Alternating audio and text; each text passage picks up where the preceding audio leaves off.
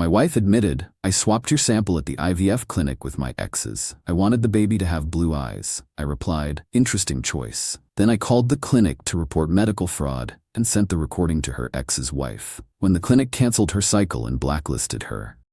I, 46M, am a forensic actuary. My entire career is built on assessing risk, analyzing probability, and detecting fraud for major insurance firms. I look at data, I find the anomaly, and I deny the claim. I don't rely on vibes or manifesting. I rely on cold, hard evidence. If the numbers don't add up, I don't sign the check. I've been married to Jessica, 36F, for 4 years. We met when I was 42. I was established, debt-free, and looking for a partner. Jessica was the picture of the perfect corporate wife, polished, articulate, ambitious, or so she seemed.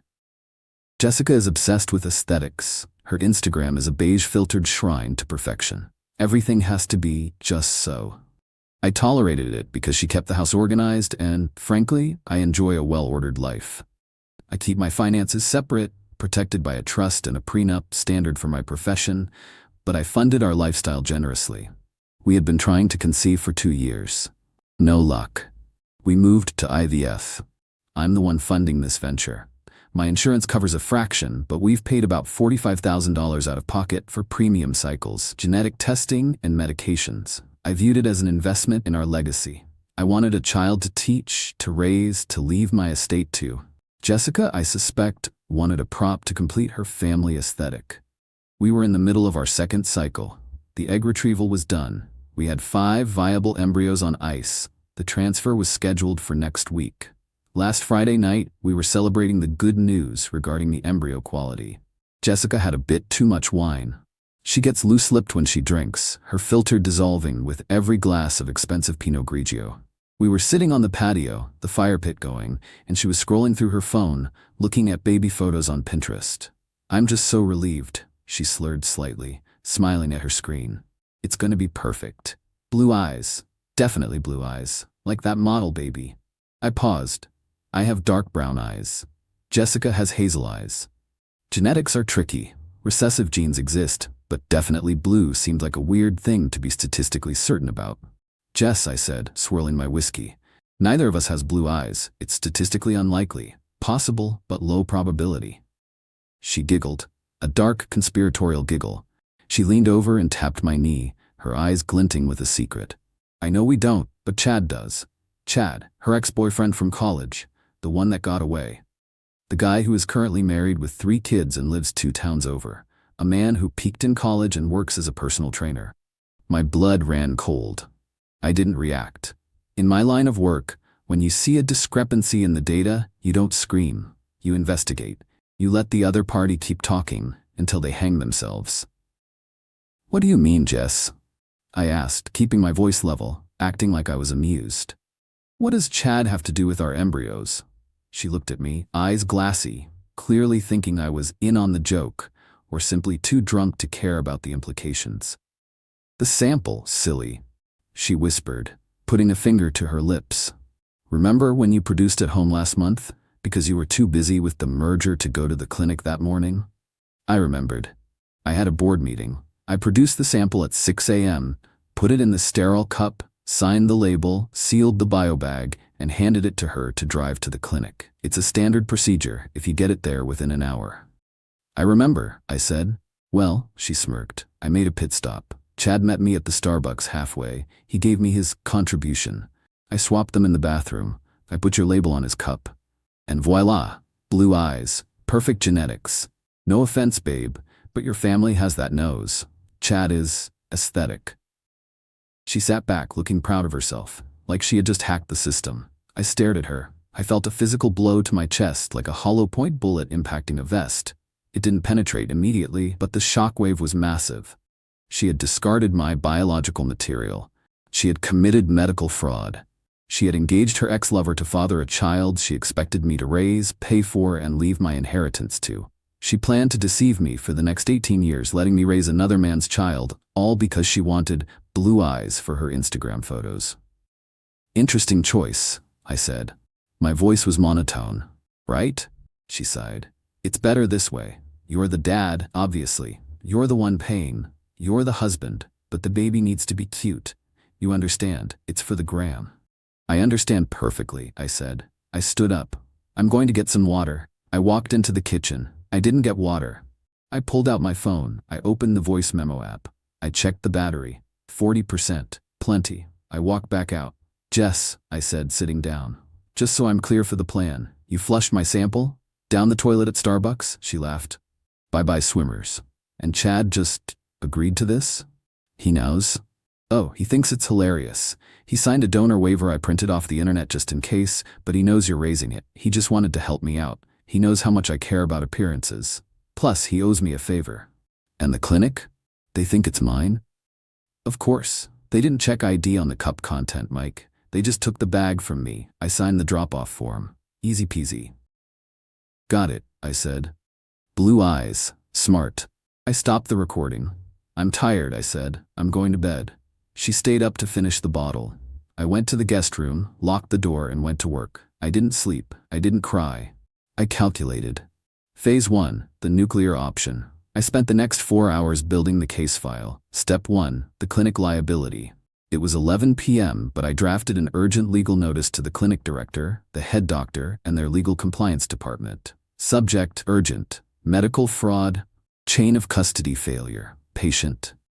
My wife, Jessica, admitted to me tonight that the sperm sample provided on date was not mine. She admitted to swapping my sample with a third party's, her ex-boyfriend, without my consent. Furthermore, she stated that your staff accepted the biological sample from her without verifying the donor's identity or ensuring the chain of custody, which is a gross violation of medical protocols and HIPAA standards. I am the policyholder. I do not consent to the transfer of these embryos. I demand an immediate halt to all procedures. I am attaching a voice recording of her confession. If any transfer occurs, I will sue this clinic for medical malpractice, paternity fraud, and gross negligence. I attached the audio file. Step 2. The asset protection. I logged into our accounts. Because of my profession, I keep my primary assets in a revocable trust that Jessica cannot touch. However, we had a joint checking account for household expenses that currently held about $40,000. My bonus I deposited last week for a planned renovation. I transferred 100% of those funds back to my trust account. I canceled the supplementary Amex Platinum card she carries. I removed her access to the Tesla app. The car is leased in my company's name. Step 3. The X. I knew Chad. I knew Chad's wife, Karen. Karen is a terrifying woman. She is a litigation attorney for a pharmaceutical company. She eats fraud for breakfast. I found her email on the neighborhood directory. Subject, Chad's donation. Body, Karen. I think you should know that Chad provided a sperm sample to my wife Jessica, on date, to be used in our IVF cycle without my knowledge. Jessica admitted this to me tonight. They met at the Starbucks on Main Street to make the swap. I have canceled the cycle and reported the fraud, but I thought you should know your husband is handing out genetic material to his ex-girlfriends behind your back. Recording attached. I hit send. Step 4. The exit. I packed a bag. I took my passport, my birth certificate, the hard drives with my tax returns, and my grandfather's watch. I walked out of the house at 3 a.m. Jessica was passed out on the patio lounger, her phone still glowing in her hand. I stepped over her empty wine bottle and left. Update 1. The morning after. I stayed at a hotel downtown. At 8:05 a.m., my phone exploded. First, the clinic. The clinic director called me personally. She sounded absolutely terrified. Mr. Name, we received your email. We have immediately quarantined the embryos. We are launching an internal investigation. We have canceled Mrs. Name's upcoming transfer. We are flagging her file. I want a full refund, I said calmly. For the retrieval, the fertilization, and the meds. $45,000, wired to my account by Friday. Sir, we typically don't refund for services rendered. You accepted a biological sample that broke the chain of custody. I cut her off. You failed to verify the donor ID. You created embryos with fraudulent genetic material because your intake nurse was lazy. If I don't have that wire by Friday, my next call is to the state medical board and the local news. Imagine the headlines. Clinic implants stranger sperm because they didn't check ID. Silence. I will speak to accounting, she whispered. At 9 a.m., Jessica called. I didn't answer. She called again and again. 22 times in 15 minutes. Then came the text. The clinic just called me. They canceled the transfer. They said there's a legal hold. They said I'm banned from the premises. Mike, what did you do? I replied with one file, the voice recording of her confession. Then I typed, I assessed the risk. The policy is voided due to fraud. I've filed for divorce. My lawyer will be in touch regarding your eviction. Then, the best part. At 10:30 a.m., I got a text from a number I didn't recognize. This is Karen. Thank you for the information. Chad is currently crying in the kitchen. I have listened to the recording. If you need a witness for your divorce proceedings regarding the adultery fraud, I am available. Also, I hope you destroyed her life. I'm about to destroy his. Chad wasn't just helping out. Turns out Chad and Jessica had been texting for months. The sample swap was just the tip of the iceberg. Karen found the texts on his phone after I emailed her. They were sexting about making a beautiful baby and how I was just the wallet who would pay for it.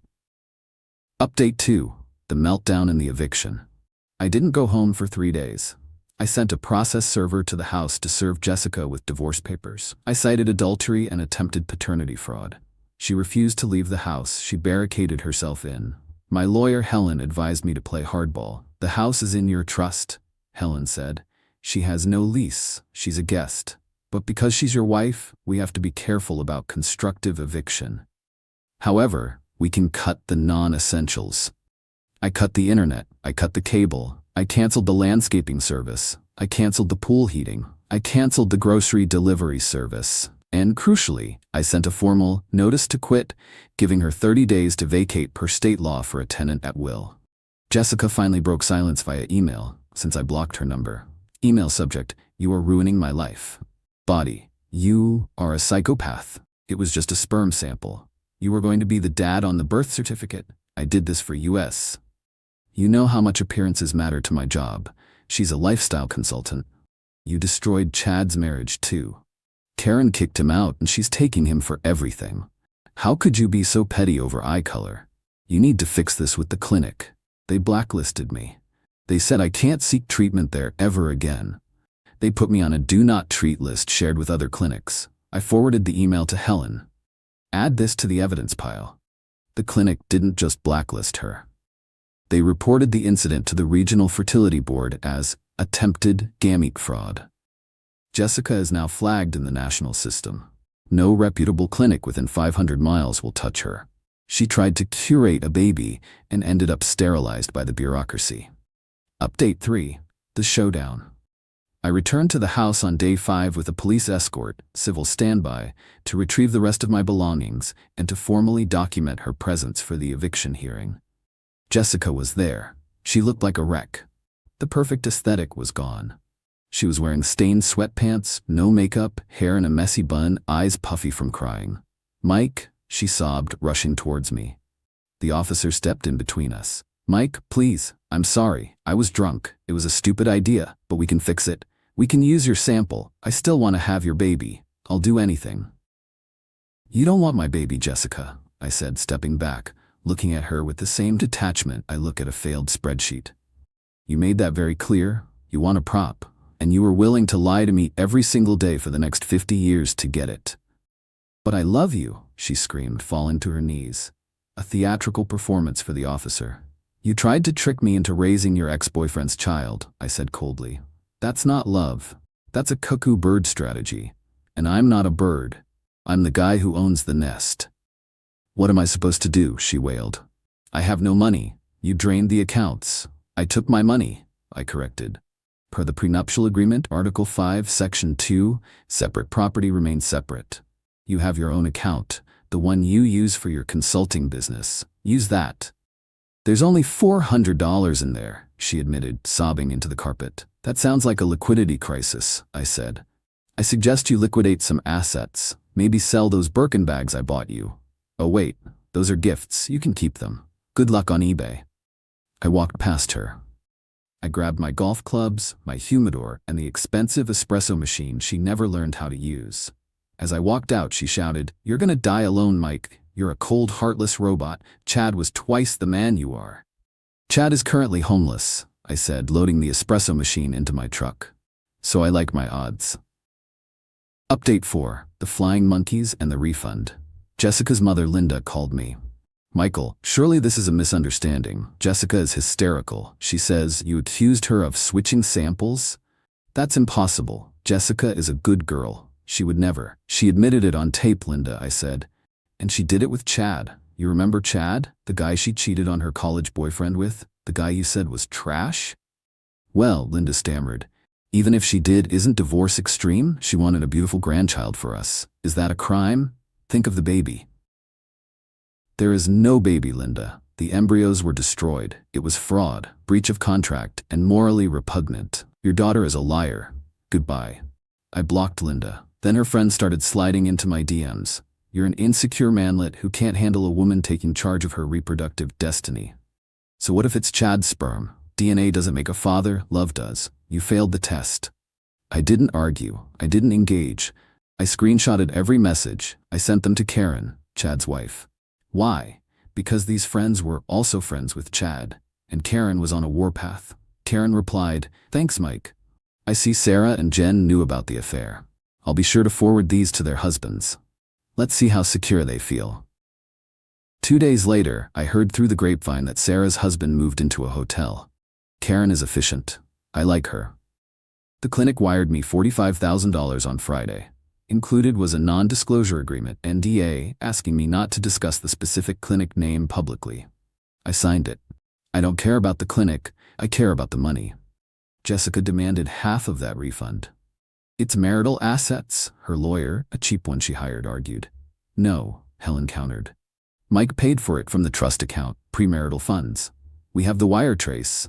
And since the procedure was canceled due to her criminal fraud, she is not entitled to the refund. In fact, we are suing her for intentional infliction of emotional distress. Update 5. The desperation move. We went to mediation 2 months later. Jessica showed up alone. Her lawyer had fired her because her retainer check bounced. She looked small, defeated. She had been staying in a cheap motel since the eviction finalized. Mike, she whispered across the table. I have news, big news. I looked at Helen, my lawyer. She rolled her eyes. I'm pregnant, Jessica said, placing a hand on her stomach. I froze. What? I tested yesterday. It's yours. It must have happened right before you left. Please, Mike, this is our second chance. I pulled out my phone. I opened my calendar. Jessica, I said. We haven't been intimate in 3 months. Before the retrieval, you claimed you were too bloated from the hormones. We slept in separate rooms. She turned pale. No. That night, the night of the dinner party. I was in Chicago for the actuarial conference that night, I said. I have the flight receipts. I have the hotel folio. I was 800 miles away. She stammered. She started to sweat. Who is it? I asked. Is it Chad? Silence. You slept with Chad, I said. After I kicked you out, when you were desperate? She looked down, tears streaming. I was lonely. I thought if I got pregnant, maybe he would leave Karen. Maybe he would take care of me since you abandoned me. So let me get this straight, I said, my voice dripping with disdain. You tried to trick me with Chad's sperm via IVF. I caught you. Then, in a panic, you slept with Chad naturally to try and trap him. And now you're trying to pass that baby off as mine? I need help, she wailed. I have nowhere to go. Karen took all of Chad's money. He's broke. He's living in his car. Mediation is over, I told the mediator. She is pregnant with another man's child. I want an immediate bifurcation of marital status. I am not staying married to this mess for 1 more second. Final update, 6 months later. The divorce was finalized last week. Because of the infidelity, proven by the pregnancy timeline and the recording, and the ironclad prenup, I kept everything. The house, mine. The retirement, mine. The savings, mine. The refund, mine. Jessica got her car, which she can't afford the lease payments on, so she surrendered it last week, and her clothes. She walked away with $0. She's currently living in a 1-bedroom apartment with her mother, Linda, who had to move in to help pay the rent because Jessica can't find a consulting gig. Her reputation in town is destroyed. She is roughly 6 months pregnant. It's a boy. It is confirmed to be Chad's. Chad is working at a budget gym, living in a motel room. Karen took their house, their kids, and the dog. She cleaned him out completely. Chad wants nothing to do with Jessica or the baby. He calls Jessica the mistake that ruined my life. Jessica is now facing single motherhood with no job, no husband, a baby daddy who hates her, and a mother who constantly reminds her she had it all and blew it.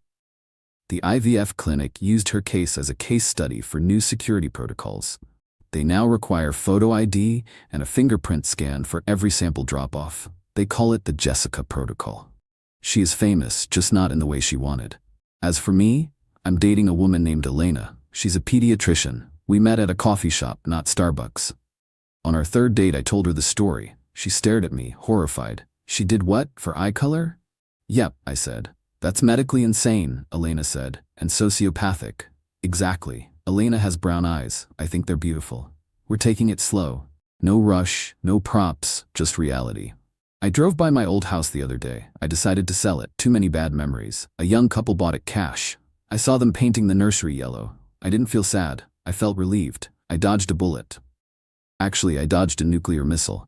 Jessica wanted a baby with blue eyes. She got one. But she lost the lifestyle, the husband, the reputation, and the future she tried to manipulate. She forgot the most basic rule of risk assessment. The higher the fraud, the harder the fall. TLDR, wife admitted to swapping my sperm sample with her exes during IVF because she wanted blue eyes. I recorded her, reported her to the clinic for negligence, got a refund, and told her ex's wife. Clinic banned her, ex's wife divorced him, and I left her with nothing thanks to a prenup. She is now pregnant with ex's baby from a post-breakup panic hookup and living in poverty.